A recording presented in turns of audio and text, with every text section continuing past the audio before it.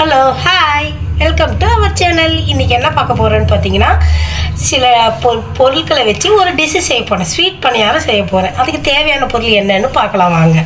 இப்போ பார்த்தீங்கன்னா மைதா வந்து 1 கப் எடுத்து வச்சுருக்கிறேன். தேங்காய் துருவல் வந்து ஒரு அரை கப் எடுத்து வச்சுருக்கிறேன். 2 தேவையான வாழைப்பழம், ஒரு சின்ன டம்ளரில் பால் தேவையான அளவு, பொட்டுக்களையும் எள்ளும் ஒரு 2 ஸ்பூனு, பெரிய ரவை இல்லைன்னா சின்ன ரவை பார்த்தீங்கன்னா அது ஒரு அரை கப்பு, சர்க்கரை தேவையான அளவு, சர்க்கரையும் ஏலக்காவும் நான் வந்து மிக்சியில் போட்டு அடித்து வச்சுருக்கிறேன். சேமியா ஒரு 2 ஸ்பூன். இதெல்லாம் வச்சு எப்படி பண்ணுறதுன்னு சொல்கிறேன் வாங்க. பார்த்தீங்கன்னா 2 ஸ்பூன் ஆயில் ஊற்றிக்கிறேன். தேவைன்னா நம்ம நெய் கூட ஆட் பண்ணிக்கலாம். இப்போ ஆயில் ஹீட் ஆகிடுச்சு. நம்ம வாழைப்பழத்தை போட்டுக்கலாம்.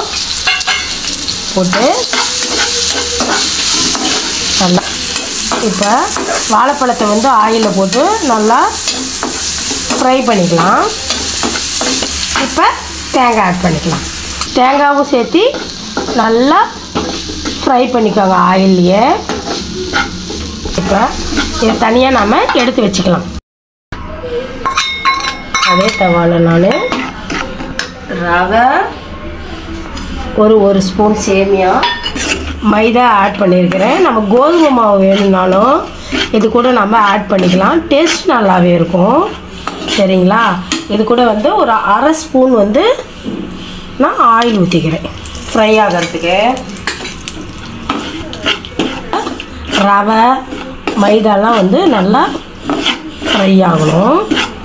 ஃப்ரை ஆனோடனே அந்த வாழைப்பழம், அந்த தேங்காய் துருவெல்லாம் ஃப்ரை பண்ணி வச்சுருக்கோம் பார்த்தீங்களா, அது கூடயே சேர்த்து நல்லா நாம் சப்பாத்தி பதத்துக்கு நல்லா பிசையணும்.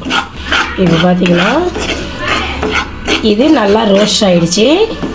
இப்போ சர்க்கரை நான் ஆட் பண்ணுறேன். ரவை, சர்க்கரை, மைதா எல்லாம் வந்து நல்லா ரோஸ்ட் ஆகிடுச்சு. இப்போ எப்படி அது கூட ஆட் பண்ணுறதுன்னு செஞ்சு காமிக்கிறேன் வாங்க. இப்போ அந்த வாழைப்பழமும் இந்த மைதா, ரவை இதெல்லாம் சேர்த்திருக்கேன் பார்த்தீங்களா, அது கூட கொஞ்சம் மில்க்கு, காய்ச்சின பால் இருக்குது பார்த்தீங்களா, நம்ம தேவையான அளவு அது கூட சேர்த்து நல்லா சூடு கொஞ்சம் பொறுக்கிற அளவுக்கு நம்ம கையில் வச்சு நல்லா கோதுமை பிசைகிற அளவுக்கு பிசைஞ்சிக்கணும். இப்போ இது மிக்ஸ் பண்ணிலே பொட்டுக்களையும் எள்ளும் பார்த்தீங்கன்னா நான் வந்து பொடி பண்ணி வச்சுருக்கேன். அதை இது கூட நம்ம ஒரு ஸ்பூன் ஆட் பண்ணி இப்போ பார்த்தீங்கன்னா நல்லா வந்து பால் ஊற்றி மிக்ஸ் பண்ணி வச்சுருக்கேன் பார்த்தீங்களா. கையில் வந்து நம்ம தேவையான அளவுக்கு கொஞ்சம் ஆயில் ஊற்றிக்கலாம். ஆயில் ஊற்றி இது வந்து சிறு சிறு உருண்டையாக இப்படி ஹோல்ட் பண்ணி வச்சுக்கலாம்.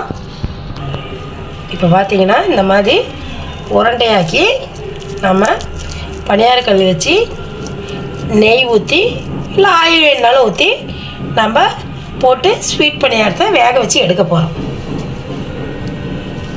இப்போ கல் காஞ்சிருச்சு. நான் நெய் ஆட் பண்ணிக்கிறேன்.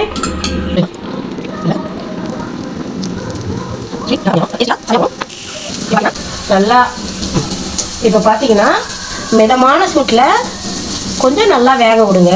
ஏன்னா வாழைப்பழம்லாம் போட்டிருக்கோம் பார்த்தீங்களா, உள்ளெல்லாம் நல்லா வேகணும். எண்ணெயில் போட்டால் சீக்கிரம் இதாகிடும். நம்ம வந்து பணியார கல்லில் தானே போடுறோம், அதனால் வந்து நல்லா கோல்டு ப்ரௌன் கலரில் வர அளவுக்கு நல்லா வேக வைங்க.